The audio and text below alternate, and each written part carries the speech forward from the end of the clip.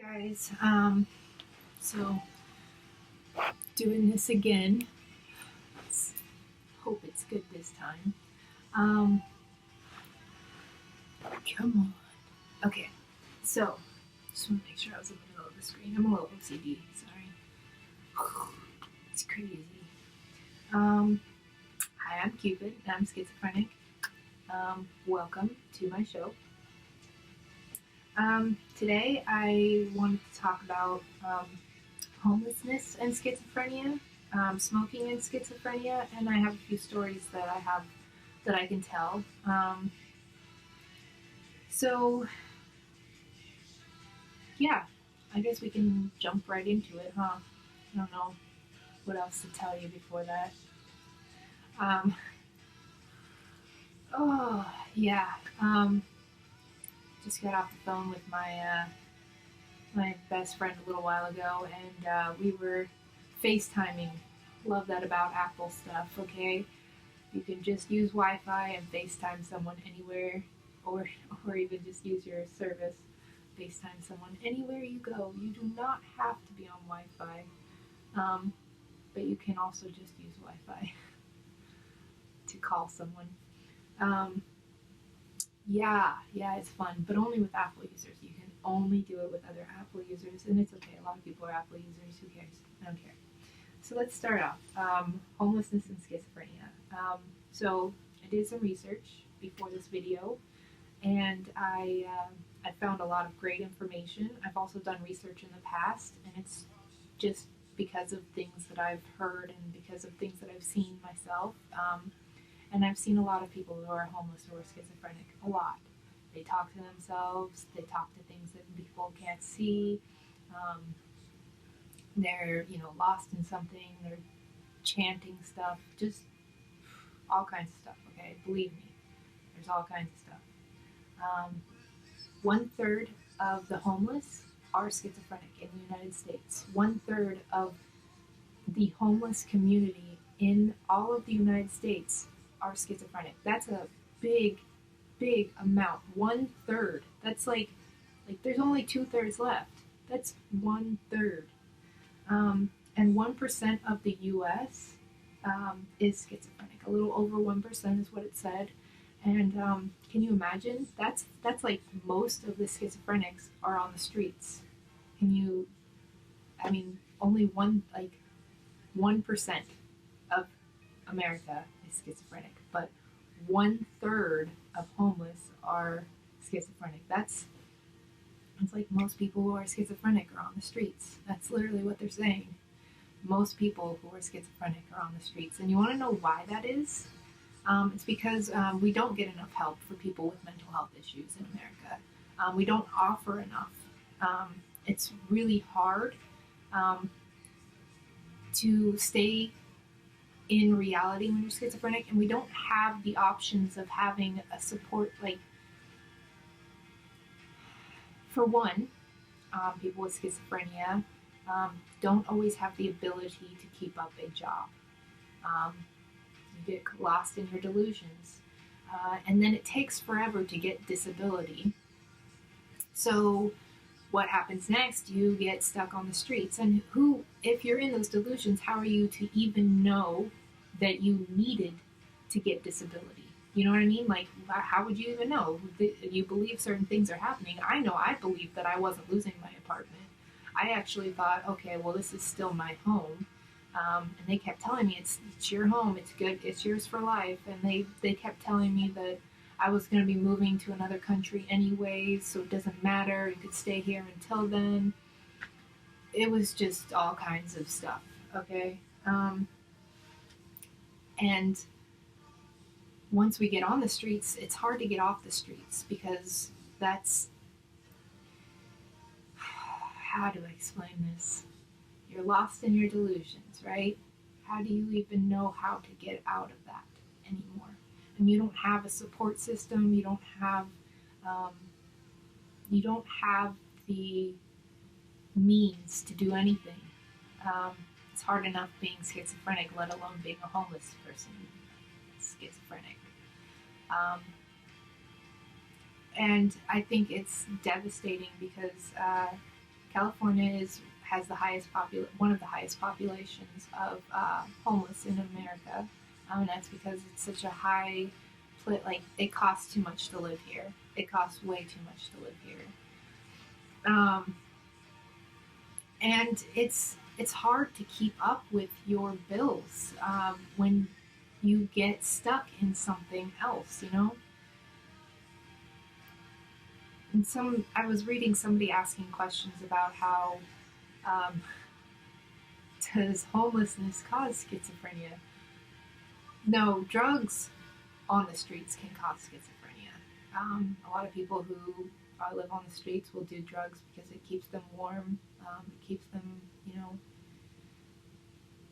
in a different reality other than being homeless. Gives them some outlet to having to live on the streets. But there's not a lot of things in place to prevent a schizophrenic from going homeless. We don't have those types of things in America because there are certain people that you can get into a program, but it's really hard to find certain programs, and some places don't have those programs. I know if you ever watched A Beautiful Mind, that state, because of him, created a procedure to help people with schizophrenia stay off the streets and to have extra help in home, like extra in-home care.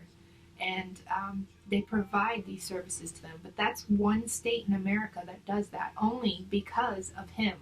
Not because they, thought it was the right thing to do. No, because something happened with him, and then they found out that it might be a better thing to do. Because back then, when he was in the 50s, 40s and 50s, I think, that he came out as schizophrenic, or that he found out.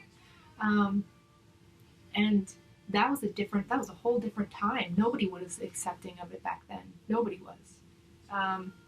It was really hard for people to want to be around him. If you watch the movie, you could see the different things that happened. But that was a different time, and they didn't start that program until after the movie came out. So imagine how long it took for them to realize this is the right thing to do, and they don't have that in the rest of America. It's just not available. I've done my research, I've looked up things, and there's just not enough help in this country for people with schizophrenia, for people with mental health issues in general, because it's just a delusion, or it's just in your head. You just need to get over it. Those are the things that you hear, and it's so easily said. So easily said, because how would you know what it feels like if you don't have it? And of course, it's easier to say get over it if you feel like that's how it needs to be done, so that we can save money rather than help people. I think it's devastating knowing that information, that we don't have those kinds of things in place. And I hope one day maybe I can create a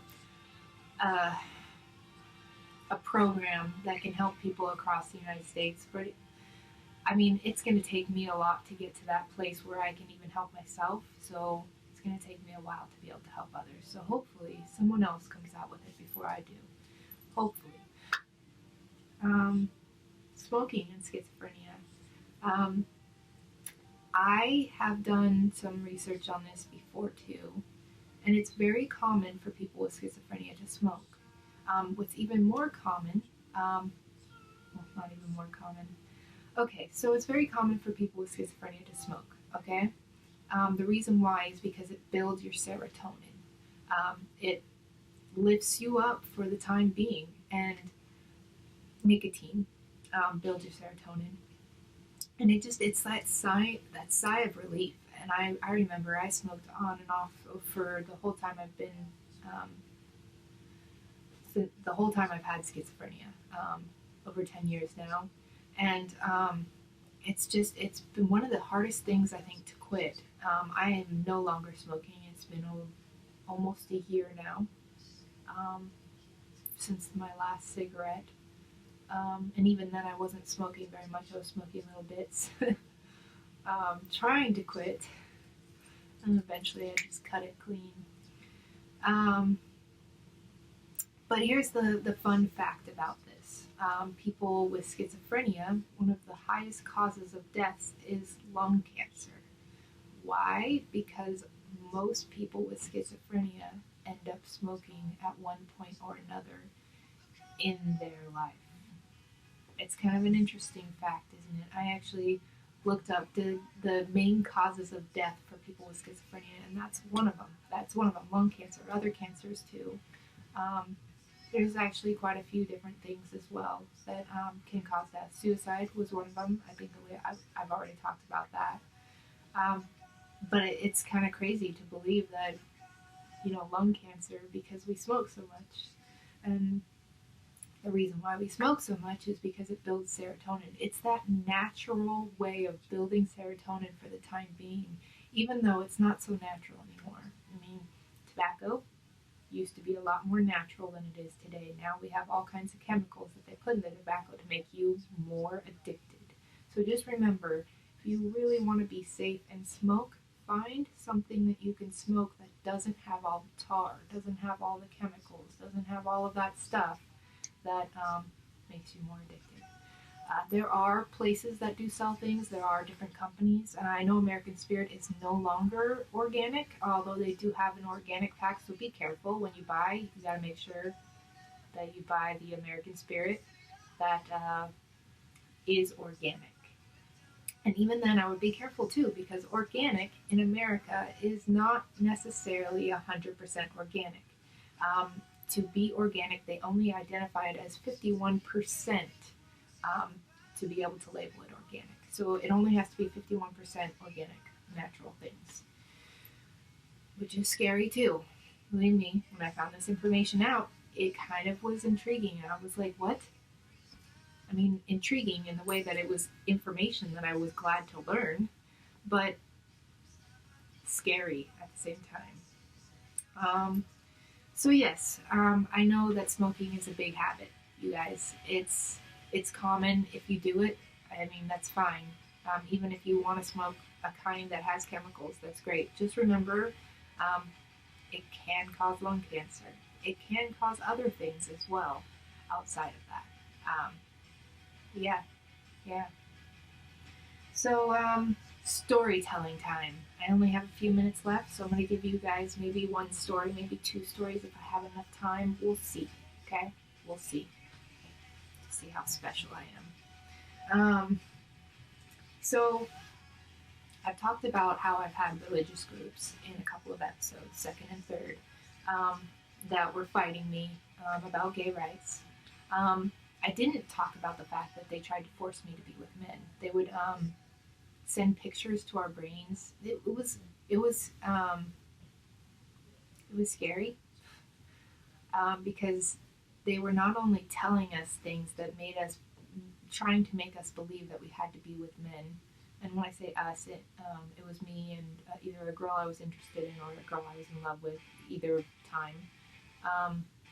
And they would say these things that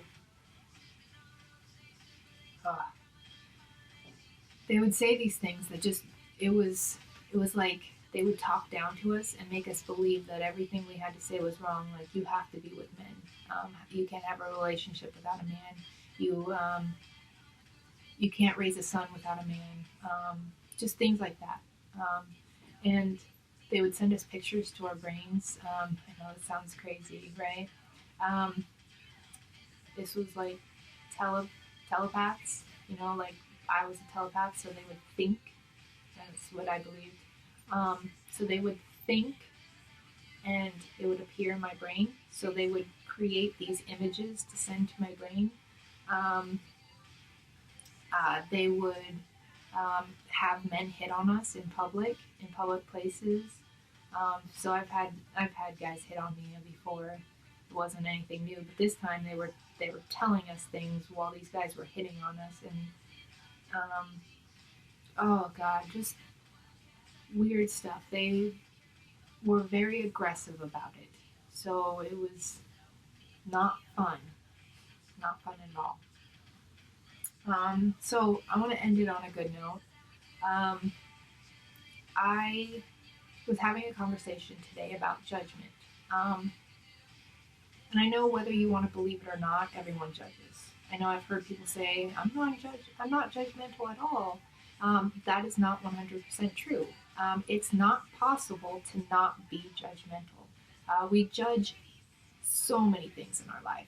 And the reason why we do that is because we need to understand it. We need to analyze it. We need to, I don't know, I don't know another word for it, but we judge situations, people, based on the things that have happened to us. And we do, whether you believe it or not.